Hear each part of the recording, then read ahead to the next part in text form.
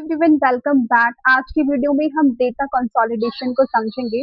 देखिए, बहुत बार ऐसा हो सकता है कि हमारे पास जो डेटा है वो मल्टीपल वर्कशीट में हो सकता है। जैसे कि आप देख सकते हो मेरे पास 2020, 2022, 2021 एंड 2023 का डेटा है। डिफरेंट डिफरेंट वर्कशीट्स में है and for the month of January, February, March, April and May, इन पांचों मंथ का डेटा मेरे पास दे रखा है और मुझे एक समरी क्रिएट करनी है जिसमें मुझे इन तीनों ईयर्स के जनवरी, फरवरी, मार्च, अप्रैल, मई इनका जो डेटा है उसका सम चाहिए। तो हम 3D सम का इसमें यूज करेंगे। Now what is 3D sum? So see, we have 1D sum, 2D sum and 3D sum. D means dimensional. तो जब हम सिंगल रो या फिर सिंगल कॉलम का सम करते हैं that is a one dimensional sum. जब हम रो और कॉलम जब दोनों ही इन्वॉल्व होता है that is called two dimensional sum. और जब हमारा एक तीसरा फैक्टर आ जाता है दैट इज द वर्कशीट, जब हमें अक्रॉस द वर्कशीट सम करना होता है तो हम उसको 3D सम कहते हैं, जिसमें रोज कॉलम्स एंड हमारा ये जो वर्कशीट है वो भी आ जाता है। जो जब भी हम थ्री डायमेंशनल सम करते हैं तो हमें मेक श्योर करना है कि हमारा जो स्ट्रक्चर है in all the sheets it should be same. Like हम देखेंगे कि जो प्रोडक्ट के नेम्स हैं ये सेम होने चाहिए सभी शीट्स में। सिमिलरली ये जो मंथ के नेम है वो इसी ऑर्डर में होने चाहिए, सेम मंथ के नेम होने चाहिए। एंड ये जो ऑर्डर है प्रोडक्ट्स का वो भी सेम होना चाहिए सभी शीट्स में, तभी जाके हम 3D सम का यूज कर सकते हैं। 3D सम का यूज करने के लिए जितने भी पार्ट पे आपको 3D सम अप्लाई करना है आप अपने पार्ट को सेलेक्ट करोगे, देन इक्वल टू का साइन प्रेस करोगे, सम लिखोगे क्योंकि हम सम करना चाहते हैं इन सभी डेटा का, तो हम सम करेंगे एंड देन 2020 पे जाएंगे, ये वाली वैल्यू सेलेक्ट करेंगे। फिर आपको क्या करना है, शिफ्ट की को प्रेस करके रखना है एंड देन 2023 पे क्लिक कर देना है, देन ब्रैकेट करेंगे क्लोज, एंटर पे क्लिक, कंट्रोल के साथ एंटर की को प्रेस करना है।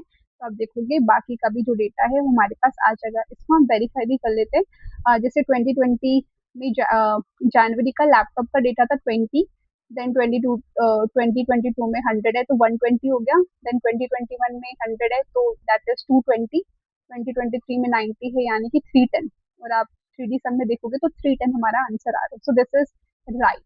बट इस मेथड का एक डिसएडवांटेज होता है, अगर हम अपने डेटा को शिफ्ट कर देते हैं, लेट से मैंने टेबल को यहाँ शिफ्ट कर दिया और इस वाले टेबल को मैंने लेट से यहाँ शिफ्ट करा। सिमिलरली मैं इस वाली टेबल को लेट से यहाँ पे शिफ्ट कर देती हूँ और इस वाली टेबल को भी मैं शिफ्ट कर देती हूँ लेट से यहाँ पर। तो आप देखोगे जो 3D सम है वो मेरा रॉन्ग शो करेगा, ठीक है, क्योंकि अब जो रेफरेंस है वो क्या हो गया, चेंज हो गया। अब यहाँ पे जो रेफरेंस है वो क्या हो गया, रॉन्ग रेफरेंस ये यहाँ पे दे रहा है। तो इस प्रॉब्लम से डील करने के लिए हम डेटा कंसोलिडेट इस फीचर का यूज कर सकते हैं। तो डेटा कंसोलिडेट फीचर को एक्सेस करने के लिए आपको क्या करना है, आपको जाना है डेटा टैब पे। डेटा टैब पे जाएंगे और यहाँ पे डेटा टूल्स में आपको यहाँ पे कंसोलिडेट का ऑप्शन दिखेगा, इस पे क्लिक करेंगे और जो भी फंक्शन आप परफॉर्म करना चाहते हो, आप सम करना चाहते हो, काउंट करना चाहते हो, एवरेज करना चाहते हो, आप वहां से सिलेक्ट कर सकते हो। हमें सम चाहिए तो हम सम को सेलेक्ट करेंगे। अब हमें रेफरेंस प्रोवाइड करना है तो हम इस वाली टेबल का रेफरेंस दे देते हैं, इसको ऐड पे क्लिक करेंगे, देन सेकंड वाली टेबल पे जाएंगे, इसको हम एक बार सेलेक्ट करते हैं एंड देन इस पे भी ऐड पे क्लिक करेंगे, देन अगेन थर्ड वाली शीट पे जाएंगे और यहाँ से हम रेफरेंस सेलेक्ट करेंगे, फिर ऐड पे क्लिक करेंगे, देन 2023 वाली शीट पे जाएंगे, ये रेफरेंस सेलेक्ट करेंगे, ऐड पे क्लिक करेंगे और अब आपको यहाँ पे जो चेक बॉक्स दिख रहा है ना, top row and left column, इसको भी सेलेक्ट करेंगे क्योंकि हम नहीं चाहते कि हमारी जो टॉप की रो है जो कि हेडर रो है जिसमें मंथ के नेम लिखे हुए हैं उसका सम हो, और हम नहीं चाहते कि हमारा जो लेफ्ट कॉलम है यानी कि जो हमारे प्रोडक्ट के नेम जिसमें लिखे हैं उसका सम हो। तो इसीलिए हम top row and left column को चेक कर देंगे क्योंकि ये हमारे लेबल्स हैं। देन ओके पे क्लिक करेंगे तो आप देखोगे यहाँ पे हमें करेक्ट रिजल्ट मिल जाएगा। बट अगर मैं किसी भी शीट पे जाके लेट से मैं यहाँ पे लैपटॉप की वैल्यू चेंज कर देती हूँ, लेट से मैंने यहाँ पे 200 कर दिया और मैं 3D सम पे जाऊंगी, सॉरी कंसोलिडेट स्टैटिक पे जाऊंगी, तो यहाँ पे जो वैल्यू है वो चेंज नहीं होगी, राइट, क्योंकि आपका जो डेटा है वो स्टैटिक है, राइट, वो आपके जो सोर्स डेटा है उससे भी लिंक्ड नहीं हुआ। तो अगर सोर्स डेटा में कुछ भी चेंज होता है तो आपका यहाँ पे जो रिजल्ट होगा उसमें कोई चेंज नहीं होगा। तो इस प्रॉब्लम से हम कैसे डील करेंगे, लेट्स सी। मैं भी कंट्रोल जेड कर देती हूँ, यहाँ पे 20 ही रहने देती हूँ। अब लेटेस्ट सी हम कैसे करेंगे, अगेन आपको डेटा टैब पे जाना है, डेटा टूल्स वाले ग्रुप में जाएंगे, कंसोलिडेट वाले ऑप्शन पे क्लिक करेंगे एंड यहाँ पे हमें दोबारा से रेफरेंस ले लेना है। तो एक रेफरेंस इस वाले टेबल का हुआ, ऐड पे क्लिक कर दिया हमने, देन 2022 पे जाएंगे, रेफरेंस लेंगे, ऐड पे क्लिक करेंगे, 2021 पे जाएंगे, देन अगेन रेफरेंस लेंगे, ऐड पे क्लिक करेंगे, 2023 पे जाएंगे, रेफरेंस लेंगे एंड ऐड पे क्लिक करेंगे। अब यहाँ पे हमें चेक कर देना है क्योंकि हमारा जो लेबल्स है वो top row and left column में है। अब यहाँ पे एक ऑप्शन आपको देखने को मिलेगा, create links to source data, तो हम इस पे चेक कर देंगे, ओके पे क्लिक करेंगे तो आप देखोगे यहाँ पे आपका डेटा आ जाएगा। अगर मैं कोई भी चेंज करती हूँ, लेट्स से मैं 2020 में जाके इसको एक बार 90 कर देती 90 कर देते हैं और आप यहाँ पे जाके देखोगे तो इसमें देखिए आपका रिजल्ट अपडेट हो जाएगा, लेकिन जो स्टैटिक वाला था उसमें अभी भी सेम ही रहेगा।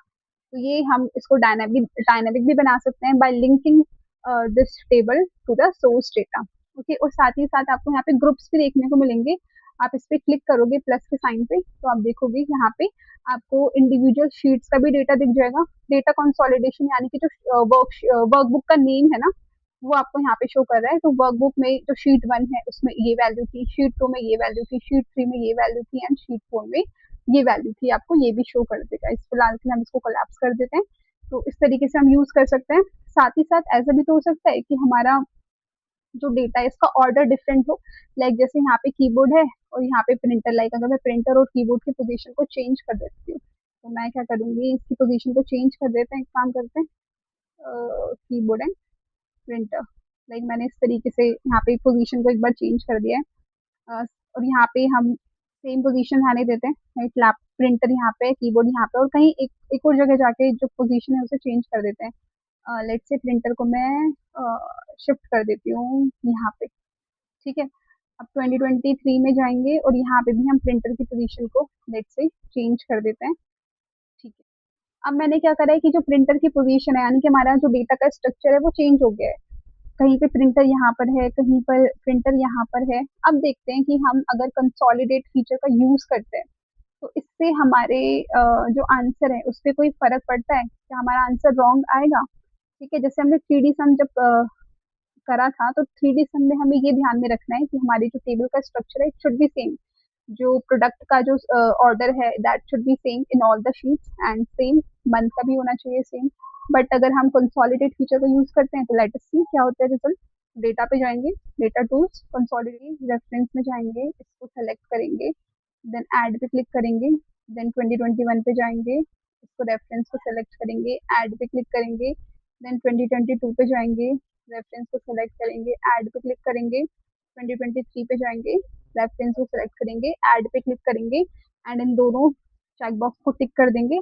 साथ ही साथ इसको भी कर देते हैं टिक, ओके पे क्लिक करूंगी तो आप देखोगे, एक बार देखते हैं कि जो प्रिंटर का रिजल्ट है क्या वो हमें सही मिल रहा है नहीं मिल रहा है। 2020 में देखेंगे यहाँ पे 10 है, 10 plus 30 is 40, then 40 plus 70 is 110, 110 plus 80 190, 190। तो हम चेक करते हैं तो यहाँ पे प्रिंटर का जो अमाउंट है वो 190 आ रहा है, that means we are getting the right answer.